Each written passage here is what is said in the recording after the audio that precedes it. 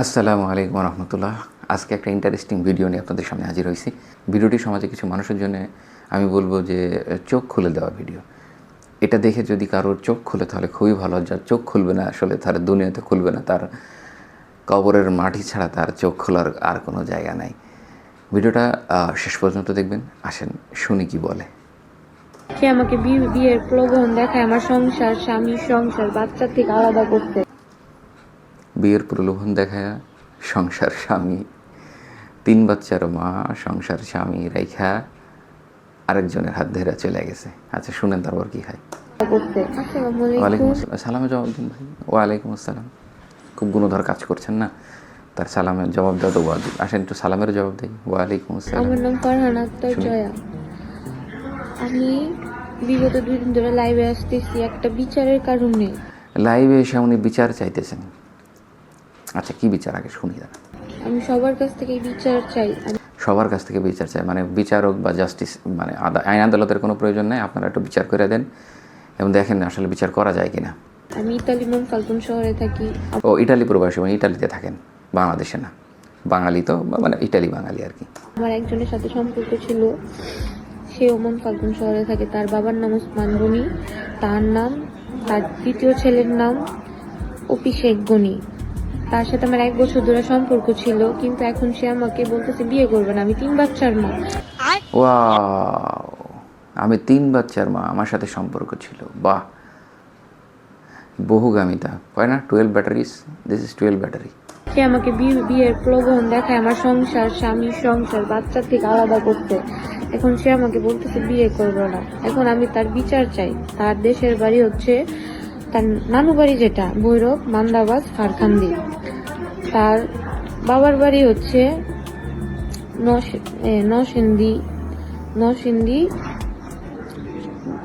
নরসিংদী মির্জাপুর। আর সে Italy মনফালকুন শহরে থাকে। আমি এটার বিচার চাই। আমার এটার সমাধান কি আপনারা দেন। আর আমার বাড়ি হচ্ছে ভৈরব। তারপরে বলেন, আপনাদের কাছে সমাধান চাইছি, এর সমাধান কি? এর কি ধরনের সমাধান আছে? ভাইয়া আমরা একটা একটা সিম্পল একটা জিনিস বলি, শোনেন। আপনি কখনো শুনছেন মহিলা ডাকাত, মানে মহিলা ছিনতাইকারী শুনছেন কখনো? রাস্তা দিয়ে যাচ্ছেন, হঠাৎ করে একজন ব্যক্তি ছিনতাইকারী কবলে পড়ছে এবং এই ছিনতাইকারী মহিলা ছিনতাইকারী, এরকম কখনো শুনছেন? আচ্ছা, রাতে বাড়িতে ডাকাতি হয়েছে, ডাকাত দল বল নিয়ে মানুষের বাড়িতে অ্যাটাক করছে, কইরা তাদের সর্বস্ব লুটে নিয়েছে। এবং এই লুটকারী হলো মহিলা, মানে এই লুটকারী যারা তারা হলো মহিলা ডাকাতের দল। শুনছেন কখনো? শুনেননি। কারণ কি, আমাদের মা বোনদের ব্যাপারে বা মহিলাদের ব্যাপারে একটা সিম্প্যাথি আছে যে তারা এই ধরনের খারাপ কাজে কখনো জড়ায় না। খারাপ কাজে যেহেতু জড়ায় না, সেহেতু যতগুলা খারাপ কাজ আছে সমস্ত খারাপ কাজগুলার দোষ পুরুষ মানুষের ঘাড়ে পড়ে। ডাকাত, চোর, ডাকাত, ব্যভিচার, ধর্ষক, খুনকারী, হত্যাকারী, কিলার, মানে যাবতীয় খারাপ কাজ যারা করে, এই সমস্ত খারাপ কাজের দোষ পড়ে যাদের ঘাড়ের পরে, এটা হলো পুরুষ শ্রেণী, কখনো মহিলা শ্রেণীর ঘাড়ে কিন্তু শোনেননি। সো বোঝা যাচ্ছে যে শয়তান বা শয়তানের শয়তানি করে অধিকাংশ পুরুষ মানুষরাই। যেহেতু এই ধরনের শয়তান সমাজের ভিতরে আছে, তাহলে আমার কাজটা কি? শয়তানের কাছে যাওয়া, কোলে উঠে বসা, নাকি এই শয়তান থেকে বেঁচে থাকা? এবং খুব সিম্পলভাবেই বোঝা যাচ্ছে যে এই বোনটা আসলে এই ধরনের শয়তানের খপ্পরেই পড়ছে। আচ্ছা, এখন বিষয় হলো তিনটা সন্তান, একটা মানুষের একটা সন্তান হলেও হয়, তিনটা সন্তানের মা একটা শয়তানের খপ্পরে পড়ছে। তিনটা সন্তান হয়ে গেছে, স্বামী আছে, কি দরকার ছিল এই শয়তানের খপ্পরে পড়া? একদম সিম্পল কোশ্চেন এটা। আর এইটা কিন্তু শুধু একরকম, মানে এইটা না, অহরহ ভাই, আমি অহরহ জানি যে সন্তানাদি আছে, এরপরও আরেকজনে খাটে যায় শুইছে। তাহলে এখন বলেন যে এই নারী হিসেবে যে সিম্প্যাথি চাইতেছে, এই সিম্প্যাথিকে আসলে সে পাওয়ার যোগ্য? সেটাও বিষয় না। বিষয়টা হলো যে সে তার স্বামীকে ঠকাইছে, সন্তানদেরকে ঠকাইছে। এখন এর শাস্তি তো নিতেই হবে। সে যে বিচার চাচ্ছে, আসলে কি বিচার পাবে? আপনার কি মনে হয়? এই মেয়েটা বলছে যে আমাকে বিয়ের প্রলোভন দেখায়া। আচ্ছা, বিয়ের প্রলোভন দেখাইলে বিয়ে একবার করস নাই তুই? স্বামীর সাথে বনতেছে না তাই বলে 3টা সন্তান হয়ে গেছে, স্বামীর সাথে বোনাবনি হতেছে না? কত যে কোশ্চেন আছে, এই ধরনের কোশ্চেন সমাজের ভিতরে অহরহ। বিয়ের প্রলোভন দেখাইছে তুই চলে গেছিস, তিনটা সন্তানের দিকে তো তাকানো যায়, তাই না?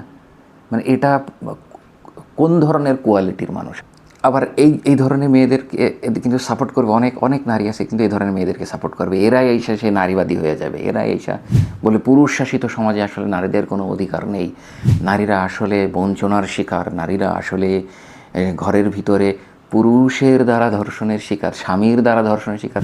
প্রথম আলো টাইপের কনসেপ্ট, প্রথম আলোর যে কনসেপ্ট বাইর করছিল যে ম্যারিটারিয়াল রেপ অর্থাৎ বৈবাহিক ধর্ষণ, স্বামীর দ্বারা ধর্ষণের শিকার, এই হলো সেই। একদিন দেখা যায় যে এই ধরনের নারীগুলাই যায় ওই কনসেপ্টগুলো তৈরি করে। আচ্ছা, স্বামী সন্তান ছেড়া, ঠিক আছে, স্বামী সন্তানটা ভালো লাগে না, তারপরে ওটারে ডিভোর্স দিয়ে তারপরে আবার আলাদা করে বিয়ে শাদী করে তারপরে বিয়ের প্রলোভন দেখাইছে তুমি চলে গেছো, যে শুয়ে পড়ছো, বাহ তারপরে আরও বিষয় ঘটছে। এই মেয়ে বলতেছে যে আমি 2 দিন ধরে লাইভে আসতেছি একটা বিচারের কারণে, একটা কারণে আমি সবার কাছ থেকে বিচার চাই। আচ্ছা, কি বিচার? আপনি কি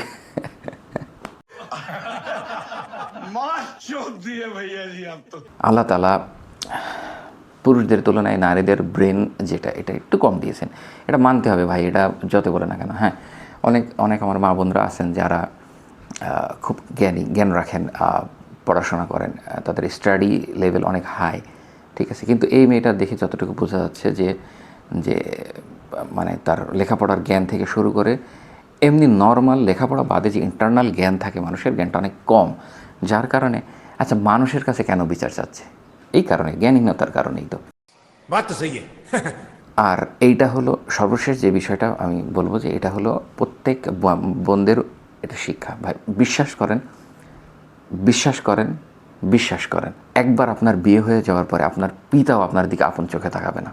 যে সকল বোনরা আমার ভিডিওটা দেখছেন, আমি এতটুকু বলবো, চাইলে ওই সকল বোনদেরকে ওই ভিডিওটা শেয়ার করে দিন।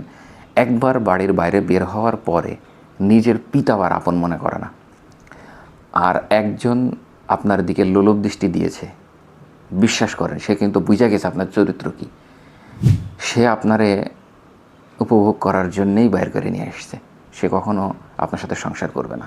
আর সংসার তাদের সাথে হয় যে চরিত্রবান। এই যে ছেলেটা যে এই কাজটা করে, সে যে লম্পট, সে যে প্রতারক, সে যে লুচ্চা টাইপের, এতে কোনো সন্দেহ নেই, এর ব্যাপারে বলায় দরকার নেই, কিন্তু আপনাকে তো বুঝতে হবে, কারণ আপনাকে ফুসলানোর জন্য কিন্তু আরেকজন রেডি হয়ে আছে।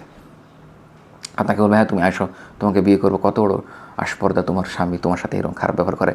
আর অনেক মেয়েরা মনে করে যে আমার তো খুব সুন্দর একটা মানে আমার সলিউশন সলভ করে দিচ্ছে লোকটা, তাহলে লোকটা খুব ভালো জায়গা।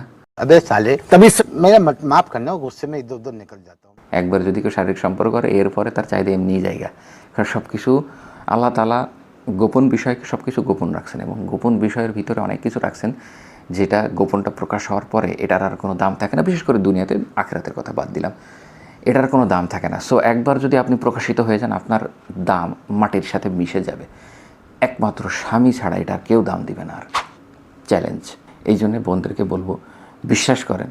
হ্যাঁ, অনেক বোনরা আছে মনে করে যে শোয়ার দরকার, শুয়ে আসলাম, স্বামীর সাথে সংসার করলাম, আমি আমার স্বামীর সংসার ছাড়বো না, এরকমও আছে, এরকম নিচু কোয়ালিটির মেয়ে লোকও আছে। একবার একটা খবর বাইরে ছিল, স্বামী বিদেশ থেকে আইসা স্ত্রীর ডিএনএ টেস্ট করে 57 জন না 50 জনের ডিএনএ পাইছে, আনঅথরাইজড নিউজ এটা, বা কী বলবো, এটা মানে চেক করা হয়নি এই নিউজটা, এরকমও বাইর হয়েছে যে আমার স্বামী আমি ছাড়বো না, কিন্তু আমার আরও লাগবে। সো বোনদেরকে বলবো, এটা কিন্তু বোন ভাই যারা আছেন তাদেরকে বলবো, এটা কিন্তু শিক্ষা।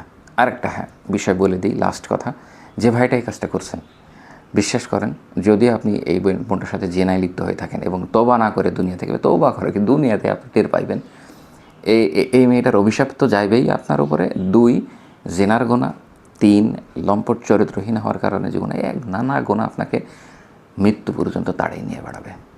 আল্লাহ তাআলা আমাদের বোঝার তৌফিক দান করুক। আসসালামু আলাইকুম ওয়া রাহমাতুল্লাহ।